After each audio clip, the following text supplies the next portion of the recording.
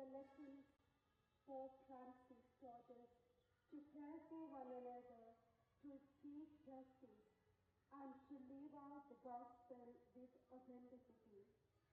We pray for the Catholic Church who mourn for his loss, that they may find comfort in your grace.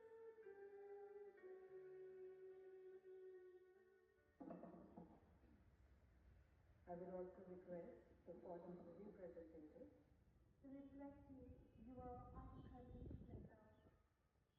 As we now rest in your eternal peace, we ask that you welcome him into your embrace, granting him joy in your presence and the fulfillment of his earthly mission.